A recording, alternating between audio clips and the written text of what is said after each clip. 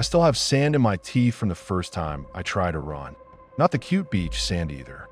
This was that gritty, black, metallic stuff that gets into your gums and makes your mouth taste like pennies. It came up with every breath while I sprinted along the seawall, dragging my kid by the wrist because the bells had started again and the town was pretending not to hear them. That's the thing about Kaldsvik. Nobody here lies. They just don't acknowledge what's true. They don't do trick-or-treating. They don't hang lights in December. They don't say Merry Christmas to strangers. They do have a Santa, though, a real one, and he comes on Halloween. If you've never lived in a place that's half rock and half water, where the sea presses in from every side and the fog moves like it has a spine, then you don't get how a town can build its whole personality around avoidance. Avoiding weather, avoiding outsiders, avoiding certain roads when the tide is up, avoiding the sound of chains clinking somewhere out on the water at dawn. I moved there because my life had collapsed in a perfectly ordinary way. Divorce, lawyers, the kind of quiet screaming that happens behind bathroom doors while you run the tap, so your kid won't hear it. My mother offered her guest house like it was nothing, like she was offering us a couch for a weekend. "It'll be good for you," she said. "It'll clear your head. Astrid needs space. And I can help." I hadn't spoken to her much in years. That was on me, and also on her, and also on the way our family does things, by not doing them until they rot. But when you're exhausted enough, pride starts to feel like a heavy coat you don't have the strength to keep wearing. So I drove north with a 6-year-old in the back seat, and everything I owned packed into plastic tubs that still smelled like the storage unit. Kaldsvik was smaller than I expected. Not a one-stoplight town. No stoplight. Just a narrow main road that hugged the fjord, a church on a rise, and houses clustered like they were trying to keep warm. Everything painted in muted colors, sea glass green, storm cloud blue. That red that looks cute on postcards but feels like a warning in person. The forests pressed in behind the town, but even they felt wet.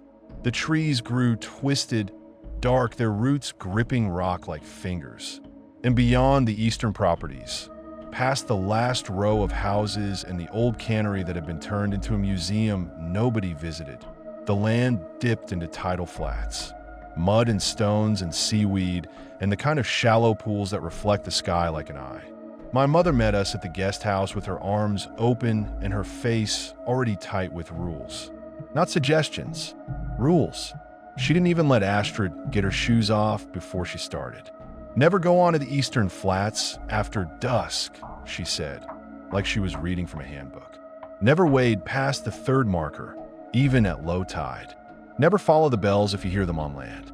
Never take a gift that washes up, no matter what it looks like. Never." "Mom," I cut in, already annoyed. "We just got here." Her eyes flicked to Astrid and then back to me. That old look, the one that meant she was about to say something sharp, but didn't want to do it in front of my kid. So she swallowed it and tried again, softer. "These aren't folklore. They're not cute sayings people here tell tourists. People die when they don't follow the rules." Astrid, who had been dragging her little suitcase across the floor, stopped and looked up with that bright, blunt curiosity kids have. "Die how?" My mother smiled at her like nothing was wrong.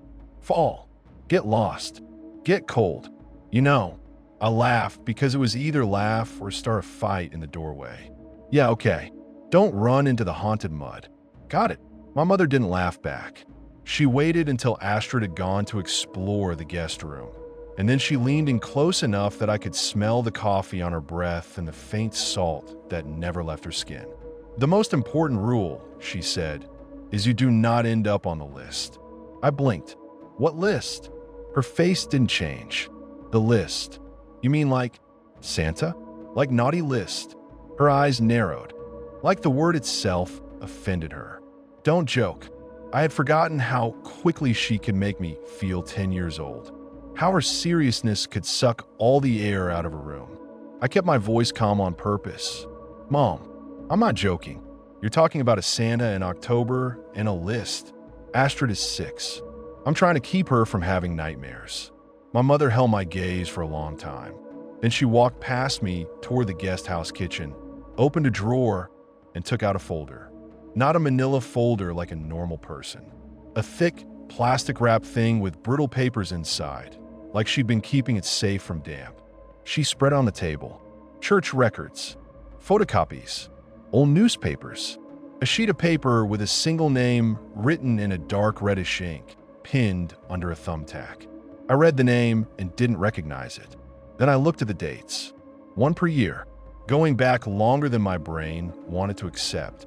"Mom," I said, and my laugh came out wrong this time. "What the hell is this?" She tapped the page with the thumbtack. "This is last year. What happened to them?" She didn't answer. She just looked past me, toward the window, where the fjord sat flat and gray under a sky that never really brightened. "People don't talk about it," she said finally. "They don't have to. The rules are the talking." That's not an answer. That's the only one you get. I stared down at the red-inked names, trying to turn them into something rational. A memorial, a prank, a weird church tradition where they honor someone on Halloween. Are these deaths? My mother's mouth tightened. Disappearances. Disappearances. I repeated, like if I said it back it would become less insane. She slid the paper aside and showed me a photo from one of the newspapers. Grainy black and white. A family standing near a dock. A man with a beard. A woman smiling too hard. A little boy holding a toy boat. Underneath, a caption with the same surname that was on the list for that year. My stomach did that slow, cold flip. "These are real people," I said because I needed to hear myself say it. My mother nodded once. Like it cost her.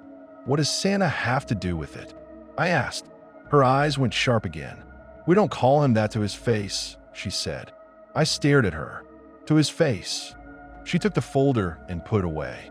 The whole motion was controlled, practiced, like she'd done it before with someone else. Like she was closing a trap. "You'll understand," she said. "You'll follow the rules. You'll keep Astrid away from the markers. And you'll be fine." Fine. That word meant nothing in Kaldsvik. Fine meant alive and still here and not talked about. The first month almost worked. Almost. Astrid loved the water. She'd always loved it. Bath time was a war only because she didn't want to get out. She would sit in the tub until her lips turned blue if I let her. So being in a town where the sea was basically the front yard felt like a gift to her. She'd run along the shore collecting smooth stones and tiny crab shells. She'd press her cheek against the cold railing of the pier and watch jellyfish pulsing under the surface like slow hearts. She'd ask questions about boats and tides and why the fog came so fast. And I started to breathe again. The air here was sharp and wet and smelled like kelp. It hurt my lungs in a way that felt cleansing. My phone had bad reception. Emails from my ex came in late. The noise of my old life couldn't reach me as easily. People in town were polite at first, in that distant way that says you're tolerated but not welcome. They'd nod at me in the grocery store.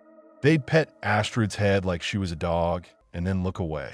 No one asked why I'd come. No one asked how long I was staying. That should have bothered me. It didn't. I was tired enough to accept any version of peace. My mother came by every other day with bread or fish stew or something pickled that Astrid refused to touch. She acted like the rules conversation had never happened. Like she hadn't shown me a list of disappearances written in blood-colored ink. Sometimes, when Astrid was in another room, my mother would glance toward the eastern flats like she was listening. Once I asked, "Do you ever hear bells?" Her face didn't change. She kept slicing potatoes. "No," she said, but her hand tightened on the knife so hard her knuckles went white. That was July. In August, everything broke. It happened on a day that was supposed to be normal. The sky was bright for once, the fjord glittering like someone had scattered crushed glass across it. I had a job interview in the city, a real one, not another sad Zoom call that ended with "we'll let you know." My mother insisted on watching Astrid while I drove. "I raised you," she said, like that was proof of competence instead of a threat. "I can handle one little girl for an afternoon." Astrid was 6, sweet in that sharp-edged kid way, good until she wasn't, and then she was a hurricane in a small body. But she'd been doing well here. She'd started learning a few local words from the neighbor kids who didn't talk to her much but still played sometimes. She'd stopped asking when we were going home, so I let myself believe. 3 hours into the drive, my phone buzzed. No number, just unknown. I answered anyway, because when you're a mom, unknown means emergency more often than it means spam. My mother was crying so hard at first, I couldn't understand her. I lost her, she finally got out. She ran. She ran toward the flats, and I couldn't. My knees. My heart slammed in my throat so hard I tasted bile. "What do you mean you lost her?" I said, and my voice went high and ugly. "Mom, what do you mean?" "She's gone," my mother sobbed. "She went past the properties. She went toward the markers." I yelled, and she just kept running like she couldn't hear me. I gripped the steering wheel until my hands hurt. "Call someone," I said. "Call the police. Call anyone. I'm turning around." My mother made this choke sound that wasn't a sob. "No one will go," she said. "What?" "No one goes out there," she said, and now her voice had that flat edge again, like fear had burned away everything else. Not for anything. I felt something inside me snap. Not like a clean break, like a cable fraying. "You call anyway," I said. "You call everybody. I'm coming." I took the next exit like I was trying to rip the car off the road. I broke every speed limit sign I saw. I passed trucks on blind curves and didn't care. The whole drive back, all I could see was Astrid's little body running toward the water, and the thought of her slipping in, the thought of her drowning alone, filled my head until it was the only thing left. When I got back to town, my mother was waiting at the edge of the road, near the last houses. She was pale. Her eyes were red, but she wasn't moving, wasn't searching. She was just standing there like a person who decided the world was over. "Where is she?" I screamed the second I got out of the car. My mother pointed toward the flats with a shaking hand. "She went that way. And you didn't follow her?" My mother's mouth opened and closed. "I couldn't," she whispered, like it was an excuse. I didn't think. I didn't weigh anything. I didn't give a shit about rules or lists or whatever weird town bullshit she tried to warn me about. I ran. I ran past the last fence line, past the old cannery, past the place where the ground turned slick and the air smelled like rotting seaweed. The flats stretched out under the open sky like exposed flesh. Low tide had pulled the sea back, leaving long ribbons of water in shallow channels and dark stones jutting out like teeth. I screamed her name until my throat burned. "Astrid! Astrid!" The wind stole half my voice and flung it toward the water. I sprinted across wet sand that sucked at my shoes. I slipped, caught myself, kept going. My lungs felt like they were peeling. No footprints. Not really. The sand here didn't hold shape well. It smeared and filled in, like the earth itself didn't want to keep evidence. "Astrid!" I heard nothing but my own breathing and the distant sound of gulls. And then, somewhere far out, I heard it. A soft, rhythmic clinking, like metal tapping metal. Bells. Not Christmas jingle bells. Not cute. Deep, hollow chimes like someone was striking brass underwater. I froze so hard my knees locked. The sound came again, carried on the wind. Clink, clink, clink. It wasn't coming from the town. It was coming from out on the flats, from the direction of the old markers my mother had warned about. I swallowed, forcing air into my lungs, and kept moving. The markers weren't big. They weren't impressive. That's part of what made them terrifying. How ordinary they looked until you were close enough to see the symbols. A line of stones, half buried, leading out toward a larger cluster like a broken circle. Some were natural boulders. Some looked carved. All of them were stained darker on the side, facing the sea, like the water had claimed them. The symbols weren't quite crosses. They weren't quite runes. They were wrong, like someone had tried to draw familiar religious shapes, but couldn't remember them correctly. Lines bent where they shouldn't. Angles that made my eyes slide off them. And there, sitting in the shallow shadow of the largest stone, was my daughter. Not crying, not hurt, just sitting with her legs folded, humming to herself. She was playing with seaweed like it was ribbon, wrapping it around her fingers. My vision blurred so fast I almost fell. "Astrid!" I ran the last few steps and dropped to my knees in front of her, grabbing her shoulders. "Oh my God, what are you doing? You scare me to death." She looked up at me with that calm, blank kid face that makes you want to shake them and hug them at the same time. "Grandma said there were berries," she said, as if that explained everything. "She said I should pick them for dinner." I stared at her. "What berries?" I said. "There are no berries here." Astrid pointed toward a cluster of dark plants growing near one of the stones. Little round things clinging low, shiny and black. "Not berries. Shellfish. Mussels, maybe, or something like them. They're like grapes," she said. "But salty." My stomach turned. "Astrid," I said slowly, "did Grandma come out here with you?" She shrugged. She told me to go. She said she couldn't walk fast. I twisted around, scanning the flats, my heart pounding again. My mother stood at the edge of the properties, far back where the sand met grass. She wasn't waving. She wasn't calling. She was just standing there, watching us. Even from that distance, I could tell her face was blank. Not crying anymore. Not frantic. Just waiting. Something crawled up my spine, cold and slick. I scooped Astrid up so fast she yelped. "We're going home," I said. But I didn't get. "Now." She started to protest. Then she saw my face and shut up, burying her chin against my shoulder. I carried her back across the sand, my legs shaking with adrenaline and rage. My mother didn't move until I was close enough to see her clearly. Then she stepped forward, hands out like she was going to take Astrid. I backed away. "What the fuck?" I said. "What the actual fuck is wrong with you?" My mother's mouth trembled. Her eyes looked glassy. "I'm sorry," she said. She was so fast. "And my knees." "You told her to go," I hissed. She said you told her to go. My mother's gaze flicked to Astrid and then away. She must have misunderstood. "That's bullshit." My mother's lips pressed together. "Don't swear in front of her," she said like that was the issue. I laughed, one short bitter sound. "You were just going to let her drown." My mother flinched. "It's low tide. It doesn't matter," I said. "It doesn't matter. She could have slipped. She could have," my voice cracked. I tightened my grip on Astrid until she squirmed. "Don't you ever do that again." My mother's eyes looked wet. For a second, I saw something in her face that almost looked like guilt. Almost. Then her gaze went past me again, toward the markers, and her whole body seemed to relax, like something had clicked into place. "I'm sorry," she repeated, but it was hollow. I didn't speak to her for a week after that. Not a dramatic silent treatment. Not some planned punishment. I just couldn't look at her without feeling like my skin was too tight. I told myself she'd panicked. I told myself she'd made a mistake. I told myself she was old. Her knees were bad. She'd lost track of Astrid. I told myself a lot of things, because the alternative was to believe my mother had knowingly sent my kid towards something she'd warned me never touch. And I wasn't ready to believe that.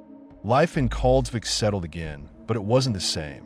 I started noticing things I hadn't before. How people stopped talking when I walked into the shop. How the pastor's wife would glance at Astrid and then make a small sign over her chest like she was warding off something. How the neighbor kids stopped inviting Astrid to play. Astrid noticed too. "Why don't they like me?" she asked one night as I brushed her teeth. "They do like you," I lied. "No," she said, too matter-of-fact for a 6-year-old. "They look at me like I'm stinky." I swallowed hard and kept brushing. In late September, a letter came. No stamp, no postmark, just cream-colored paper slipped under the guest house door like it had been pushed by a hand that didn't want to be seen. My surname was written on the front in handwriting that looked wrong. Not messy, not elegant, mechanical, like a machine had learned to mimic cursive by watching humans do it through glass. Inside, one line. "You have been counted." That's it. No signature, no explanation. I stared at it long enough that my eyes started to water because my brain was trying to force it into a shape that made sense. Counted for what? Counted by who? Counted like a vote? A census? A threat? I took it straight to my mother. I didn't call first. I didn't knock. I walked into her kitchen and slapped it on the table like I was serving her a warrant. Her eyes landed on the paper, and her whole body went rigid. Her hands started to shake. It was the first real reaction I'd gotten out of her since August. It scared me more than the letter. "Who else knows about this?" she asked, voice tight. "No one," I said. "What does it mean?" My mother didn't look at me. She stared at the line of text like it was alive and might crawl off the page.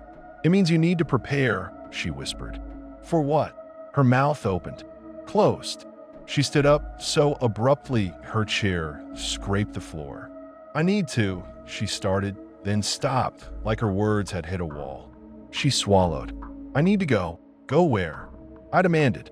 She didn't answer. She grabbed her coat and left her own kitchen with her hands still shaking. I followed her outside and watched her walk down the road toward the church, shoulders hunched, moving faster than her knees should have allowed. I wanted to chase her. I wanted to grab her and shake answers out of her like change from a stuck vending machine. But Astrid was at home, and I'd learned in Coldsvik that chasing things only brings you to places you shouldn't go. After the letter, the town shifted like a living thing repositioning itself. Neighbors crossed the street when they saw me coming. Not subtle, not awkward, deliberate. Like there was an invisible line they wouldn't let me cross. At the grocery store, the woman behind the counter wouldn't take my money. She rang up my food, then held her hands behind her back like I'd offered her something filthy.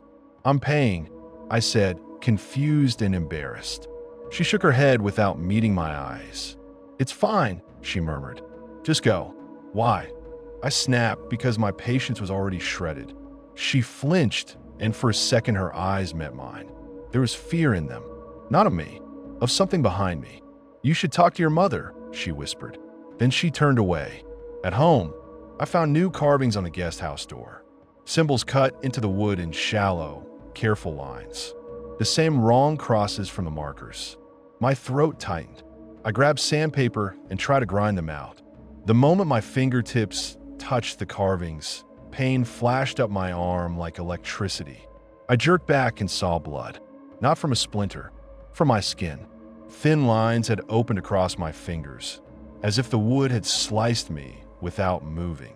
I stared, breathing hard. The carvings didn't change. The blood did. It seeped into the lines like the symbols were drinking. I wrapped my hand and didn't touch the door again.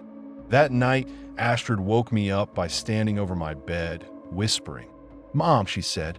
I sat up so fast my neck cracked. "What?" I croaked.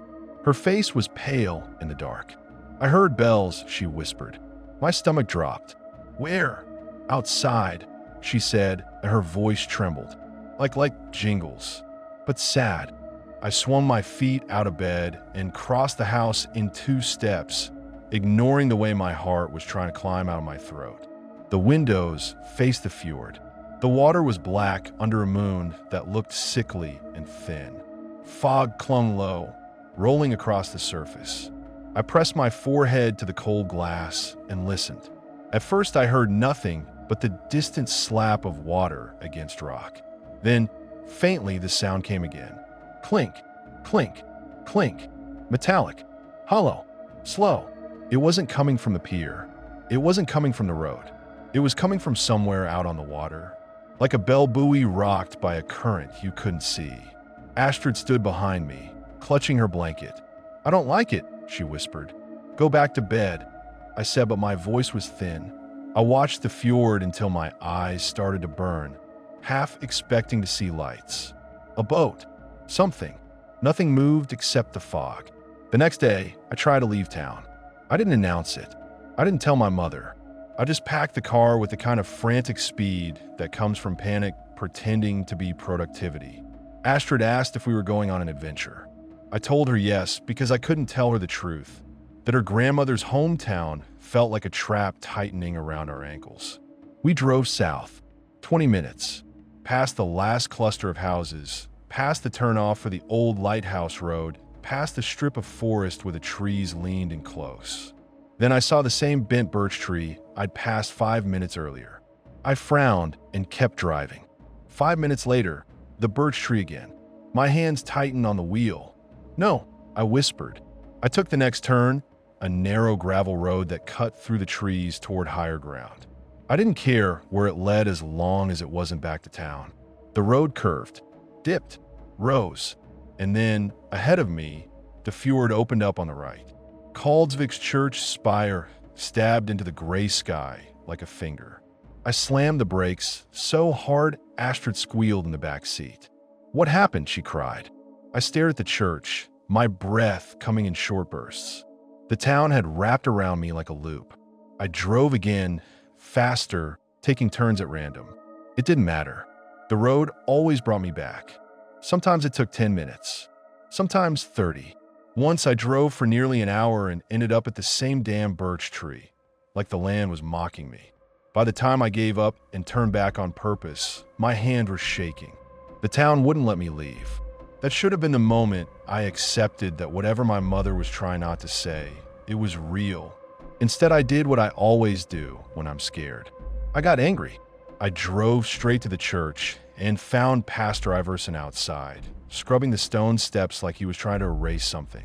He was older than my mother, with a face carved by weather. His hands looked permanently red from cold. "Please," I said, and I hated how desperate my voice sounded. "Tell me what's happening. Tell me what that letter means."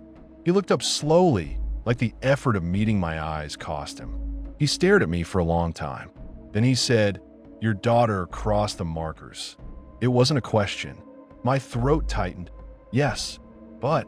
His mouth twitched, not quite a frown, not quite sympathy. "Then she's been seen," he said. "Seen by who?" I demanded. He dipped his brush into the bucket again. Water sloshed. It smelled faintly metallic like rust. "By him," he said. My skin prickled. "Santa," I said, and it came out as a bitter joke. Pastor Iverson's eyes snapped up sharp. "Don't call him that," he hissed. I took a step back, startled by the sudden heat in his voice. "What do you call him?" I asked. The pastor stared at the bucket as if the answer was in the water. "Some call him Old Red," he said quietly.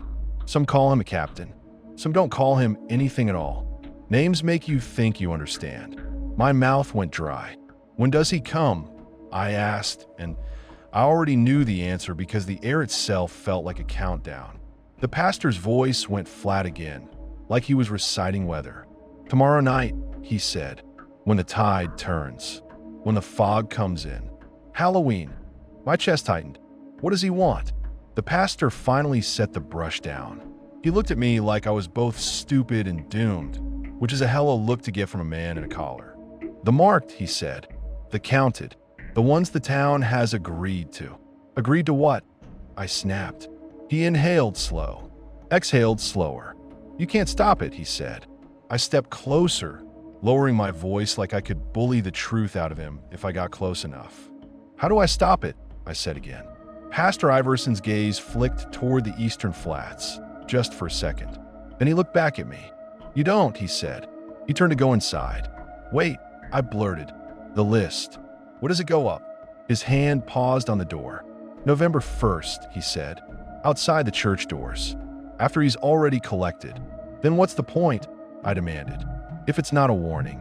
The pastor's shoulders sagged, like something inside him had finally gotten too heavy to hold.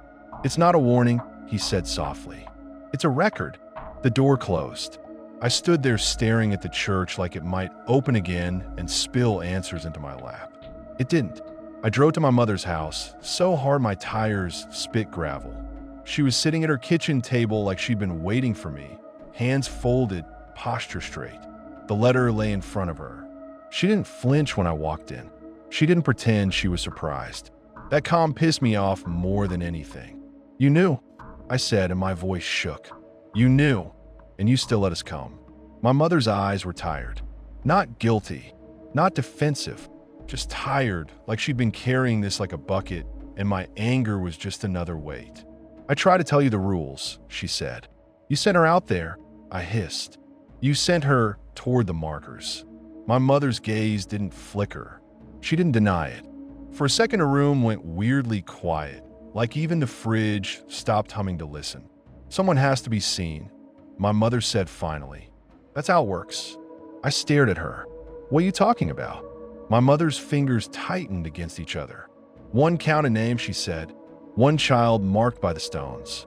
If not, he takes whoever he wants. Sometimes more than one. My mouth went numb. You use your own granddaughter, I whispered. My mother's jaw clenched. I did what everyone here does. That's not an answer, I said, and I could hear myself getting louder. That's a fucking excuse. My mother's eyes flashed thin, sharp and defensive. You were new, she said. You didn't understand. You didn't belong. That made it easier. Made what easier? I demanded, and I could feel my whole body trembling. My mother's gaze held mine, cold and blunt. Choosing, she said, who to send. For a moment, I couldn't breathe. It wasn't that I didn't understand the words. It was that my brain couldn't accept they were real, that my mother was saying them like they were about sorting mail. You're sick, I said, voice hoarse. My mother flinched, but she didn't deny it. I'm alive, she said quietly. And so are you. So far. I backed away like she'd hit me. Get out, she said, voice suddenly harsh. Go home. Be with Astrid. Lock your doors if it makes you feel better. But don't do anything stupid. Like what? I snapped. My mother's eyes glinted. Like running, she said. He likes it when you run. A cold sweat broke out across my back. I left without saying anything else because if I stayed, I was going to either scream or break something or do something I couldn't undo. At home, Astrid was sitting on the couch coloring. She looked up and smiled like nothing in the world was wrong. It almost broke me. I went into the attic and started pulling down boxes like a maniac. Old papers my mother had left in storage. Some of my grandmother's things. Stuff I'd never bothered to unpack because I thought we'd be leaving eventually. I didn't know what I was looking for until I found it. A stack of old newspapers bundled with twine. Obituaries. Articles about boats capsizing. About storms that came out of nowhere. About families lost at sea. Every year, around late October, there was a story. A missing person. A disappearance. A child last seen near the water. And every time, the missing person's surname matched a name on the list. It wasn't random. It wasn't superstition. It was a pattern, a schedule, a fucking system. And the worst part? Every missing person's family had moved to Kaldsvik within the last year. Outsiders, newcomers, people who didn't know the rules. People like me. My stomach twisted as the pieces slid into place, ugly and perfect. The stones didn't accidentally mark children. Children were sent there. My hands shook as I put the papers down. My throat burned like I'd swallowed salt water. I went downstairs and looked at Astrid. She was humming softly to herself, the same tune she'd hummed to the markers, her coloring book open to a picture of a boat. I felt something in me go cold and steady. No, not her. I didn't care what the town had agreed to. I didn't care what my mother had decided was how we survive. I didn't care about their fucking rules anymore. I went to the kitchen, grabbed my keys, and started shoving things into a bag. Flashlights, blankets, water, my phone charger like that mattered when the town itself wouldn't let me leave. Astrid looked up, eyebrows raised. Are we going somewhere? She asked. I forced a smile, so hard it felt like tearing. Just a sleepover, I lied. A little adventure. She grinned. With Grandma. My smile almost cracked in half. No, I said, not with Grandma. Outside, the air had shifted. The light had that thin, slanted quality it gets right before winter, even though it was only October. Fog was already gathering low over the fjord. And from somewhere out on the water, farther than it should carry, I heard the bells again. Clink, clink, clink. Slow, patient, like something coming closer without hurrying. I shut the bag and grabbed Astrid's coat. We're not staying here tonight, I said. Astrid pouted. But my dolls. Now, I said, and my tone made her stop. She let me pull her coat on, and her little hands fumbled with the zipper while I tried not to look at the carvings on the front door. The symbols seemed darker now, like the wood had bruised. As we stepped outside, the wind shifted and brought the smell of the flats, mud and rotten salt. Astrid's fingers tightened around mine. Mom, she whispered, why is everyone mad at us? I swallowed hard. They're not mad, I said. Astrid stared up at me with that too old seriousness again. Yes, they are, she said. They're scared, like when I broke the glass at daycare and everyone looked at me. My chest tightened painfully. I didn't answer because there wasn't one that wouldn't hurt her. We got in the car. I started it. The engine sounded too loud in the wet air. I backed out of the driveway and headed toward the main road, toward the only way out, toward the loop. I barely made it past the old cannery before the fog thickened so fast it felt like driving into milk. The headlights cut a weak tunnel through it. Shapes at the edge of the road turned into shadows and then into nothing. Astrid leaned forward in her seat, peering out. "I don't like this," she whispered. "Me neither," I said. The road curved. The fjord disappeared behind a wall of gray. The trees leaned in, and then, through the fog ahead, I saw a shape in the road. Not a person. Too tall. Too narrow. Something standing still like it had been waiting. My foot slammed the brake on instinct. The car jerked. Astrid yelped. The shape didn't move. For a second, I thought it was a tree stump. A signpost. Something normal made wrong by fog and fear. Then I heard it. Not out on the water. Not distant. Right outside the car. Clink. Clink.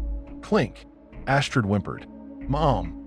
My hands gripped the wheel so hard my knuckles ached. My breath came out in white puffs.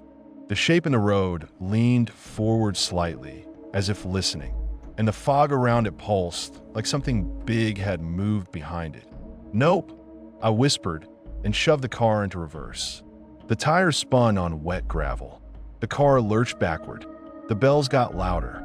Clink, clink, clink, like metal tapping metal right next to my ears. I didn't look again. I couldn't. I reversed until the road widened enough to turn around, then whipped the wheel and gunned it back toward town, my heart hammering so hard my vision flickered. Astrid was crying quietly now, trying to be brave, which made it worse. "I want to go home," she sobbed. "I know," I said, voice shaking.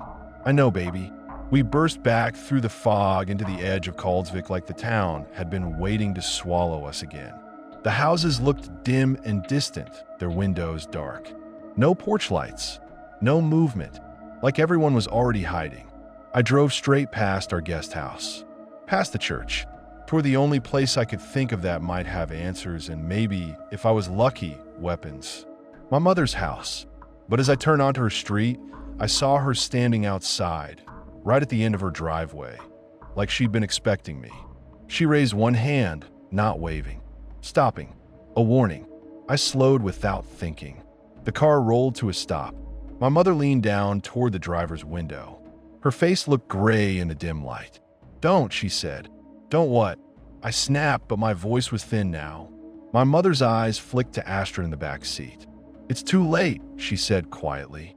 "No," I said, and the word came out like a plea. "No, it's not." My mother's jaw tightened. "He's already on land," she said. I stared at her. "Where?" My mother didn't answer with a place. She answered with a direction. "The flats," she whispered. "The markers." Cold crawled up my throat. Astrid's small voice came from the back seat, shaky. "Grandma," she said, "is Santa coming?" My mother went perfectly still. Her eyes met mine over the roof of the car. And in that moment, I saw the truth so clearly it felt like being shoved underwater. She wasn't trying to save us. She was trying to contain us, to make sure we went where we were supposed to go. My hand moved without conscious thought. I hit the lock button on the door. The car clicked shut. My mother flinched like I'd slapped her. "What are you doing?" she hissed. I swallowed, tasting metal. "What you did," I said softly. "I'm choosing." My mother's eyes went wide with something that looked like fury and panic mixed together. "Don't be stupid," she snapped. "You don't understand what you're doing." "I understand plenty," I said, and my voice shook harder now. "You sent my daughter out there." My mother's face twisted. "I did what I had to," she whispered. "And now I'm doing what I have to," I said. I slammed my foot on the gas. The car shot forward. My mother stumbled back, barely avoiding the bumper. In the rearview mirror, I saw her standing there, small and rigid in the road, watching us go toward the flats. Not chasing, not calling, just watching, like she'd already decided how this ended. I drove toward the eastern edge of town, Toward the place the land bled into water. The fog thickened again, curling across the road like smoke. The bells were louder now, no longer distant. Clink, clink, clink. Astrid sobbed in the back seat. "Mom, please." "I know," I said, choking on the words. "I know." The road ended where the sand began. I stopped the car and jumped out, hauling Astrid from her seat. She clung to me, shaking. "Where are we going?" she cried. "Just stay with me," I said, and my voice cracked. "No matter what you hear, no matter what you see, stay with me." I half carried her across the wet sand, toward the markers that were just visible through the fog as darker shapes against darker ground. The air smelled like rot and salt. My shoes sank. Cold water seeped in immediately. And then, behind us, I heard something else. Not just bells. Footsteps. Slow, heavy, wet. Like something walking on sand with water pouring off it. Astrid's nails dug into my shoulder. "Mom," she whispered. Voice tiny. "Someone's here." I didn't turn. I couldn't. I kept moving toward the stones because the town had turned the world into a circle, and this was the center of it, whether I wanted it or not. The symbols on the stones seemed to catch what little light there was and bend it. They made my eyes hurt. They made my teeth ache. I reached the largest stone and stopped because my legs refused to take another step.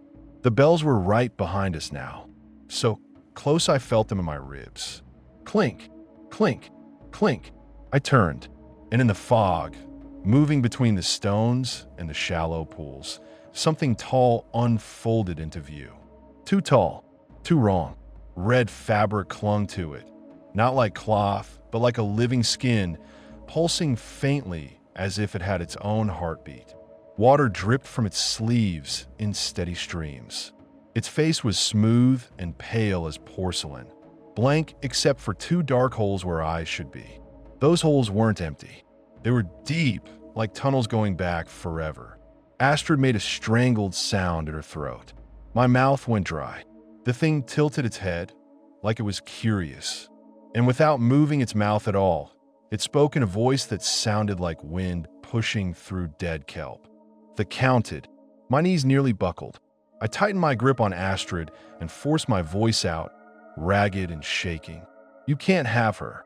The thing's head tilted a little farther, like I'd said something interesting. Behind it, the fog churned. And somewhere out on the water, something answered with a deeper bell. One slow, heavy toll that made the stones under my feet vibrate. The thing took a step forward, and the wet sand didn't compress under its foot the way it should have. It just accepted it. Astrid screamed. I didn't think. I ran straight into the fog, dragging her with me.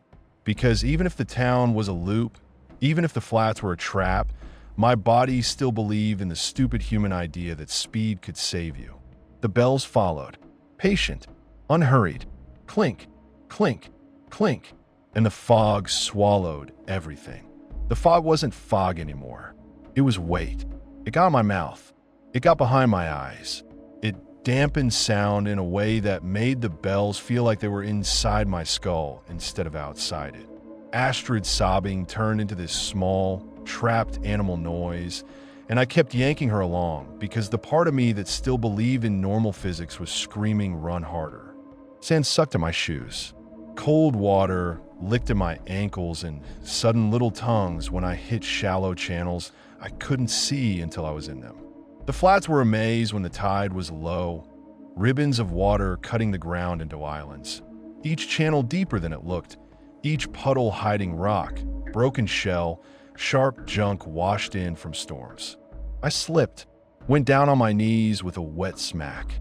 Astrid jerked with me and cried out, and I heard that thing behind us step again. Not fast, never fast, just there, close enough that the bells weren't clinking now. They were thumping, like a chain of brass hearts hitting bone. Clink, clink, clink. Astrid, I gasped, hauling myself up. Don't let go. I'm scared, she squealed, voice cracking. I know, I said. I know. Keep moving. We ran blindly, and the worst part was the way the fog changed the landscape. It wasn't just hiding it. It was editing it. turning familiar shapes into something else. A rock became a crouched figure until I got close enough to see it wasn't. A pool of water reflected a face that wasn't mine until I blinked hard enough. My foot plunged into a channel, and I yelped because the water wasn't ankle deep. It swallowed my shin, cold like needles, and for a second, I felt something brush my calf, something slick and alive, and my whole body reacted like I'd been shocked. I jerked out and stumbled, dragging Astrid with me. "What was that?" she cried. "Nothing." I lied too loudly. "Just seaweed." But it didn't feel like seaweed. It felt like a hand. The bells kept the same distance, no matter how hard I pushed. Like the thing wasn't chasing. Like it had already decided the outcome and was just walking me there. I didn't realize where we were until the fog thinned for half a breath and the symbols jumped out at me like a slap. The stones, the big one, the broken ring, the wrong crosses that made my eyes slide away. I stopped so abruptly Astrid crashed into my side. "No," I whispered, and it came out like a whine. No. The flats had led us back like they had in August. Like the land itself was a loop with teeth. Astrid was panting hard, hair stuck to her cheeks with wet, her hands white on my jacket. "Mom," she choked. "Why are we here again?" I didn't answer because my throat had closed up around scream. The fog behind us thickened, then parted in a slow, deliberate way, like someone drawing back a curtain. It stepped into view. Up close, it was worse. Not just tall, wrongly tall, stretched like something made to imitate a person without understanding proportions. Its limbs bent at angles that made my stomach heave. The red it wore wasn't fabric. It moved as if it was breathing. It pulsed in the dim light like a wound that refused to clot. Water poured off it in steady lines, not dripping like rainwater, but streaming like it had just climbed out of the fjord. The sand beneath it didn't darken with wet. The water didn't soak in. It slid away and vanished like the ground refused to keep it. Its face was smooth and pale and featureless except for those holes. And those holes, I couldn't stop looking. My brain kept trying to see eyes in there, trying to find something human to grab onto. But they were tunnels. Deep, black, hungry. Astrid made a sound like she was going to vomit. I shoved her behind me. My arms shook, but I spread them anyway, like I could block a thing that looked like the sea wearing costume. "You can't have her," I said again, and my voice cracked like glass. The thing tilted its head. Wind moved through the stones, and the sound it made wasn't wind. It was water rushing through a pipe. A low, distant roar like the belly of the ocean. The counted, it said, voice not coming from a mouth, voice coming from everywhere. The marked, "Take me." I spat because anger was the only fuel I had left. "Take me instead. Please. I'll go. I'll do whatever." It didn't move. "You are not marked," it said. "Then mark me now." I begged, and it was pathetic, and I hated myself for it. "Mark me. Right now. Please." It does not work that way. Behind us, something shifted in the fog. A second set of footsteps, lighter, faster, not wet and heavy like the first. I turned before I meant to. My mother was standing at the edge of the stones. I didn't hear her approach. I didn't hear anything except the bells and my own blood. She looked small against the fog and the sea, but her posture was rigid, purposeful. Her coat was unbuttoned and flapping slightly. Her hair was pulled back tight, like she'd done it to keep it out of her face for work. She was holding something in her right hand. A knife. Not a kitchen knife. Long and thin. One of those fillet knives fishermen use. Flexible. Sharp. For half a second my brain refused to connect the image to meaning. Like the picture was there, but the caption hadn't loaded yet. "Mom," I croaked. My mother's eyes were fixed on Astrid. Not on me. Not on the thing. On my child. "I'm sorry," she said, voice flat with effort, like she was reading lines she'd memorized. "But it's time." Astrid whimpered behind me. "Grandma," my mother flinched at that, just slightly like the word hurt. Then her face hardened again. "Time for what?" I demanded, and my voice went high and ugly. "What the fuck are you doing?" The thing, Old Red, the captain, whatever, shifted its weight, and the bells clinked once, crisp and satisfied. "The contract," it said, and the sound made the stones vibrate. One counted name, one delivery, one blood. I stared at my mother, numb. "You told me rules," I whispered. "You acted like you wanted us safe." "You." My mother swallowed. Her throat bobbed. For a split second, I saw her fear naked in her eyes, raw and animal. "You don't understand," she rasped. "You still don't." "Explain it," I snapped. "Right now." My mother's hand tightened around the knife. "Every year," she said, and her voice shook, but she forced it steady. "Someone has to be brought here. Someone has to be seen. If not, he takes what he wants. Whole families, boats, people out on the water, babies. He doesn't care. He just collects." Astrid's fingers dug into my jacket like claws. "And the town decided it's my daughter," I said, and something in me went cold. My mother's eyes flashed. "The town decided to live. You're a grandmother," I choked. "You're supposed to love her." My mother's mouth twisted. "Love doesn't keep you breathing." I felt like I'd been slapped. The thing took one step closer, and the fog churned around its legs like tidewater. "The marked one," it said, as if it was labeling a crate. My mother took a step toward me, knife raised, not in a dramatic movie way, practical, economical. "I can do it quickly," she said, and her voice cracked on the last word. "I can make it quick." Astrid squealed. "No, Grandma, no." My mother's jaw clenched so hard I heard her teeth click. "Don't," she hissed, not to me, to Astrid, like Astrid was making it harder by being a person. I backed up until my shoulder hit stone. There was nowhere to go. The flats were a loop. The fob was a wall. The thing was behind us, patient as gravity. I looked at the knife. I looked at my mother's face, and it hit me with nauseating clarity. She wasn't here to fight the monster. She was here to make sure the monster got fed. "You got the letter," I said suddenly, voice shaking.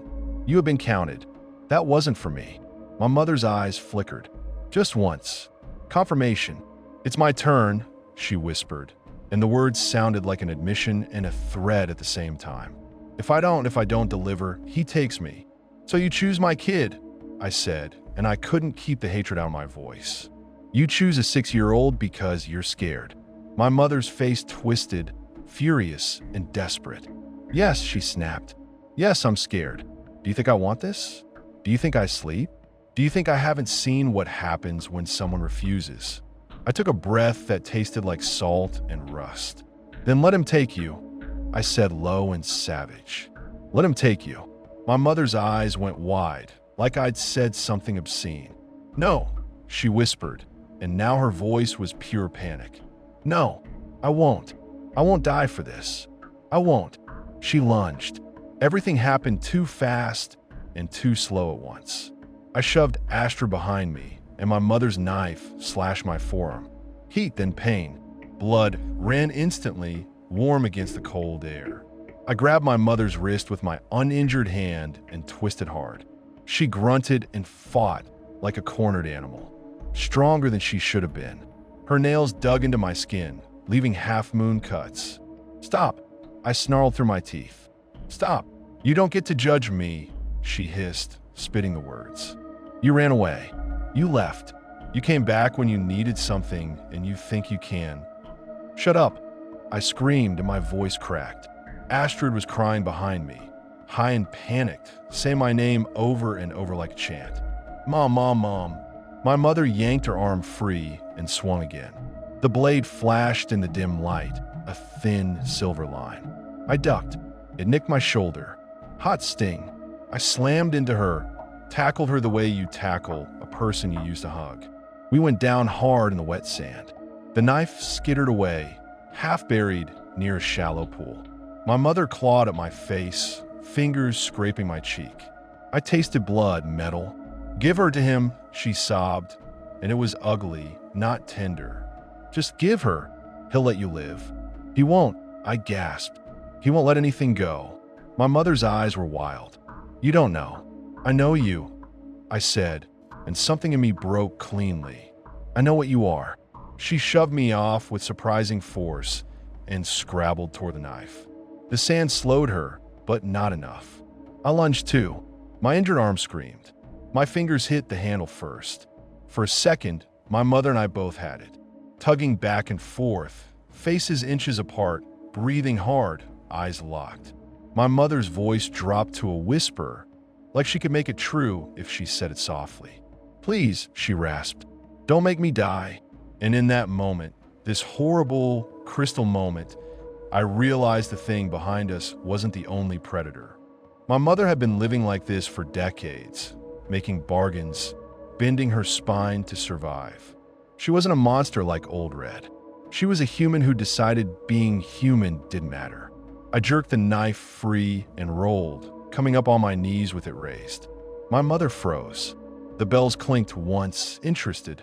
My mother's eyes darted past me to Astrid, and I saw a calculation flicker behind the fear. She wasn't going to stop. She was going to try again. I didn't want to kill her. I swear to God, I didn't want to. But I saw Astrid's small face in the fog, wet with tears, eyes huge, and I knew what my mother would do if she got one more chance. My mother took a step toward Astrid. I moved without thinking. I drove the knife into her chest. It was easier than I expected, and that thought is going to rot in me forever. My mother made this strangled sound, like her lungs forgot how to work. Her hands grabbed my wrists, then slid down my arms, leaving smears of warm blood. Her eyes widened, shocked, not at pain, not at death, at betrayal, as if she hadn't been the one holding a knife first. She dropped to her knees, then to her side, wet sand darkening beneath her like ink spreading in water. For half a second, there was silence. No gulls, no wind. Even the bells stopped. Then the thing stepped forward. "A sacrifice has been made," it said. My whole body jolted, thinking it was coming for Astrid, but its long arm reached down toward my mother. She was still alive, barely. Her mouth opened, gurgling. "No," she choked, and the word came out wet. No, it was supposed to be the girl, the marked one. The thing's blank face tilted toward her. "The marked one," it said, "is the one brought to the stones in blood." My stomach dropped. My mother's eyes snapped to mine. Horror flooded them, pure and sudden. "What did you do?" she croaked. I couldn't speak. My tongue felt dead. The thing lifted her like she weighed nothing. One-handed, like picking up a sack. My mother screamed. It wasn't a normal scream. It tore out of her, raw and animal, and it echoed weirdly in the fog like the flats were amplifying it.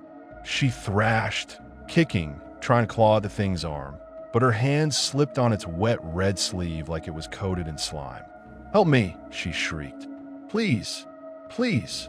She was looking at me, begging me. After everything, I stood there shaking. Astrid pressed against my leg like a barnacle, and I didn't move. Because what the hell was I supposed to do? Wrestle my mother back from a nightmare? The thing turned, moving toward the thicker fog, dragging my mother like a doll. The bells started again, but softer now, like a lullaby for drowning. Clink, clink, clink. My mother's screams faded as the fog swallowed them, but the sound didn't just vanish. It changed. It turned into something else. A long, wet choking sound, like someone inhaling water. And then, this is the part one still can't make my brain accept, I heard a splash. Not out on the fjord. Right there, on the flats, where there shouldn't have been deep enough water for that. Like the ground had opened into a mouth. Then nothing. The bells faded. The fog loosened slightly, like whatever held it together had moved away. I dropped to my knees, so hard pain flashed up my legs. My whole body shook. Not crying yet, just shaking like my bones were trying to jump out. Astrid crawled into my lap, sobbing, burying her face against my chest. "Is Grandma dead?" she cried. I stared at the empty space where my mother had been. I couldn't see footprints. The wet sand had already smoothed itself like it was erasing evidence. My voice broke. I don't know, but I did know. I knew in my gut the way you know when a boat has sunk even if you can't see it anymore. Astrid clung to me, trembling. "My arm hurts," she whispered, small and childlike. like she was trying to focus on something normal. I looked down and realized she'd scraped her palm on the sand. A little blood. Nothing serious. It still made my stomach turn. Blood had become currency here. I forced myself to stand. My injured arm throbbed. My shoulder burned where the blade had nicked me. My cheek stung. Astrid, I said, voice shaking but firm. We're going home. She hiccuped. Will he come back? I don't know. I admitted because lying felt dangerous now. Like the land could hear it. But we're going home. Right now. We stumbled back across the flats, and every step felt wrong, like the ground might open again. Halfway back, Astrid started shivering so hard her teeth clicked. The cold out, there wasn't just temperature. It was something that seeped under your skin and sat in your bones. I carried her the rest of the way, my arms screaming, my lungs burning. The fog followed us like a tail, but didn't close in completely. It stayed behind, hovering over the stones like smoke over a fire that hadn't gone out. At the edge of town, the first house lights flickered on. One, then another. People peered through curtains. No one came out. No one called my name. No one asked what happened. They watched us like you watch a storm from behind glass, hoping it doesn't hit your house, relieved when it hits someone else's. When I got Astrid inside the guest house, my hands were shaking so badly I could barely lock the door. I stopped, staring at the lock, and laughed once, bitter and stupid, as if a deadbolt mattered. Astrid stood in the entryway, dripping seawater and tears, small shoulders hunched. Do we have to go to school tomorrow? She whispered. The question hit me like a punch. School, spelling tests, normal life. I swallowed hard. No, I said, no school. She nodded like that made sense. I stripped her coat off and wrapped her in a towel. Her skin was ice. In the bathroom, I turned the shower on hot and sat her on the floor with her clothes still on, just letting steam wrap around her. She stared at the tile like her brain had floated away. I cleaned her scraped palm with shaking hands, then cleaned my own cuts. The water in the sink ran pink, swirling away like it was eager to leave. I kept expecting to hear bells at the window. Nothing, just the house creaking and the far-off slap of water against rock. Astrid fell asleep in my bed with her damp hair fanned out on the pillow. Her face looked too peaceful, like she'd already pushed the whole night into some corner of her mind where it couldn't reach her yet. I sat on the floor beside the bed and stared at the door until my eyes burned. My mother's face kept flashing in my head, her terror, her anger, the way she looked surprised that consequences could reach her. And underneath that was something worse. A thought that didn't feel like mine. A simple question, cold and precise. Was it enough? Around midnight, I heard a knock. Soft. 3 taps. I froze, every muscle locking. The knock came again. 3 taps, patient. I moved like I was underwater, grabbing the kitchen knife from the counter and creeping to the door. My heart hammered so hard it hurt. Who is it? I whispered, and my voice sounded ridiculous. No answer. Just 3 more taps. My hand shook on the doorknob. The carvings on the wood, those wrong symbols, looked darker than before, like they'd soaked up the night. I didn't open it. I backed away, knife raised, and whispered, "Go away." Silence. Then from outside, a voice. Not the thing's Wyndon Kelp voice, but a human voice. Old. Male. Familiar in the way you recognize someone you've only seen from a distance. "Open the door," the voice said. "It's Iverson." I stared at the door like it might lie. "Pastor," I croaked. "Open," he said again, and there was urgency now, fear. "Before someone sees me here." I hesitated, then unlocked it with shaking hands and cracked it just enough to see. Pastor Iverson stood on my porch, coat pulled tight, eyes darting. His cheeks were red from cold.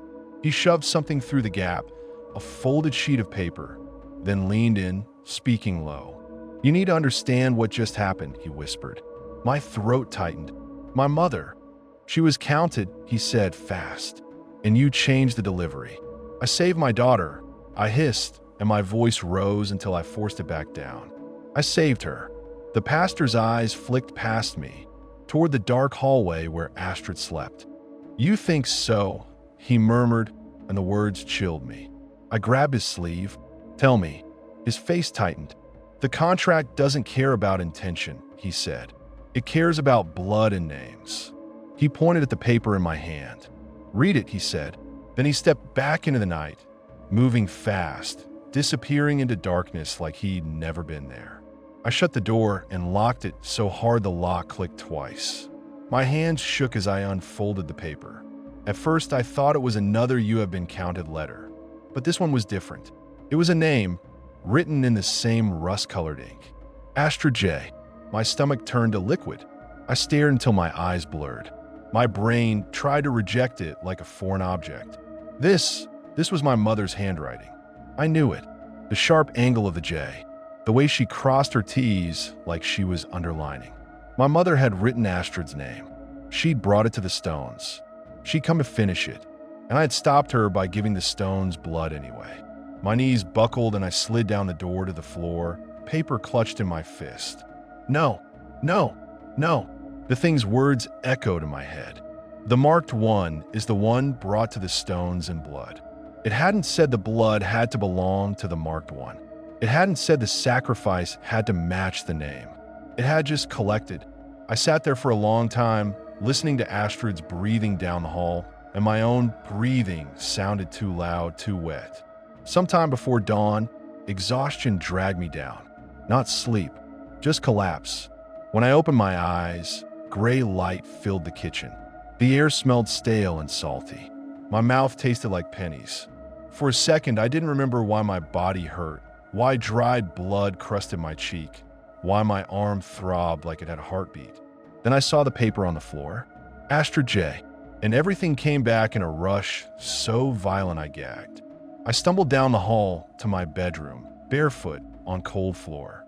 Astrid was still there, still asleep. Relief hit me so hard I nearly cried. I sat on the edge of the bed and touched her hair lightly, like I was afraid she'd vanish. Her eyelids fluttered. She murmured something and rolled over. Alive. Here. Maybe it had been enough. Maybe the thing had taken my mother and left. Maybe the town's debt was paid.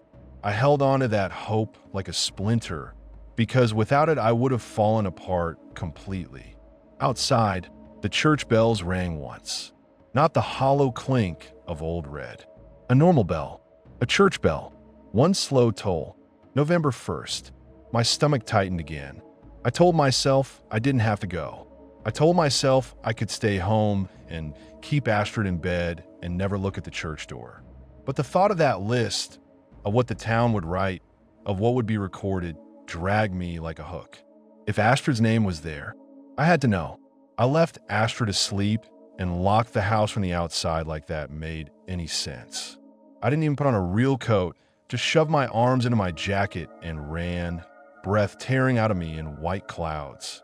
The town was awake in a weird way. Curtains twitched, doors cracked open and shut. People moved in small clusters toward the church without speaking, heads down, shoulders hunched. No one looked at me directly, but I felt their eyes like cold fingers. At the church steps, a crowd had gathered silent-eyed. Not a community, a jury. The paper was pinned to the door in the same spot my mother had shown me months ago. One name, one line, rust-colored ink. My vision tunneled before I even got close. I pushed through the crowd. Someone hissed something, maybe my name, maybe a warning. I didn't care. I got close enough to read. Astrid J. My legs went numb. The world tilted. No, I whispered, and it sounded like a child. A few people stepped back from me like fear was contagious. I stared at the name until the letters blurred, until my eyes flooded and I couldn't blink the tears away. I stopped her, I thought. I killed my mother. I gave him blood. I watched him take her. So why? The pastor appeared beside me like a ghost, his face carved from stone. He didn't touch me. He didn't comfort me. He just said, quietly, the name was written. I turned on him, shaking. She didn't, I choked.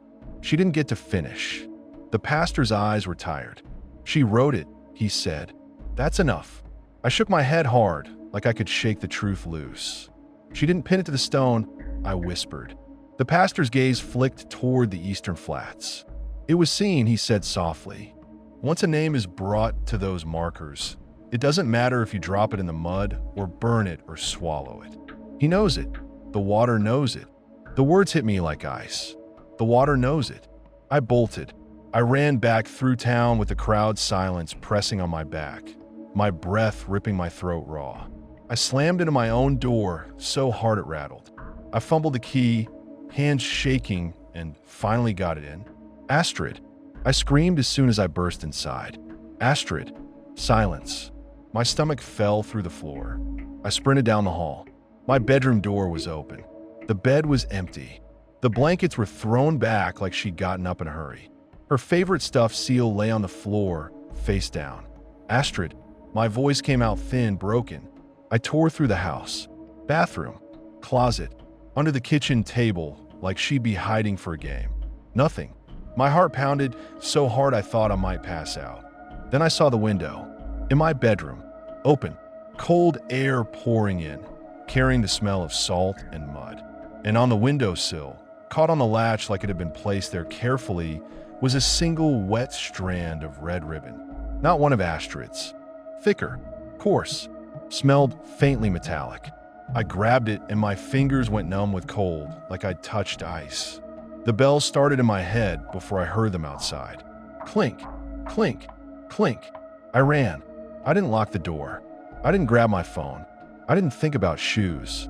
I ran straight toward the eastern flats like my body knew the route now, like fear had mapped it into my muscles. The fog was back, thicker than yesterday, hugging the ground, sliding over the sand.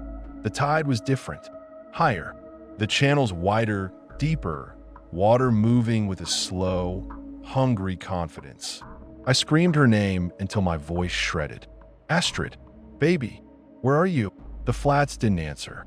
Only the slap of water and the distant clink of bells like a boat rigging moving in wind. The markers emerged from the fog like bones. I stumbled into the circle, chest heaving, eyes wild, and dropped to my knees because there was nowhere else to put the grief. Astrid, I sobbed, and the word tasted like salt water. The stones stared back with their wrong symbols. The fog curled around them, protective. I clawed at the wet sand, my nails filled with grit. My hand shook. Please, I whispered, voice cracking. Please bring her back. Take me. Take me instead. Please. Nothing moved. No footsteps. No tall red shape. Just the sound of the tide creeping in like it was going to swallow the stones whole. I sat there until my knees went numb and my breath became ragged little sobs. And then I saw it. At the base of the largest stone, where Astrid had sat in August, humming, something set that hadn't been there before. A box, wrapped in red paper, so vivid it looked obscene against the gray mud and fog. Tied with white ribbon. A present. My stomach turned. Santa has never given anyone a present. My mother's voice echoed in my head, as clear as if she'd whispered it in my ear. My hands shook as I reached for it. The box was light. Too light. I lifted it, and the ribbon felt damp, cold. For a second, I couldn't bring myself to open it. I just stared at it, kneeling in the mud like some insane parody of Christmas morning. Then I ripped the paper off with shaking fingers. Inside was a folded sheet of cream-colored paper. I opened it. Astrid's name was on one side, written in that same rust-colored ink. My throat made a sound I didn't recognize. I flipped the paper over. A note, neat and mechanical, the handwriting that looked like it had learned to mimic humans by watching from far away. On Christmas, we shall exchange presents, or I keep mine. I stared until my eyes burned. My brain tried to make it metaphor, tried to make it a threat I could solve with logic. But the words sat there with the calm certainty of a tide chart. Exchange presents, or I keep mine. I looked up into the fog. Somewhere out on the water, far enough that it should have been imagination, the bells rang once, soft, satisfied. Clink, and then, carried on a gust of wind that smelled like deep water and rusted metal, I heard something like a voice. Not words exactly, more like sound shaped into meaning. 3 syllables, dragged slow, like they were being spoken through a flooded pipe. Bring me yours. I sat there in the mud holding the note and the empty light box, and something inside me went terrifyingly still. Because I understood what it wanted. It didn't want revenge. It didn't want justice. It didn't want naughty or nice. It wanted a trade. A child for a child. A gift for a gift. And it had already taken mine.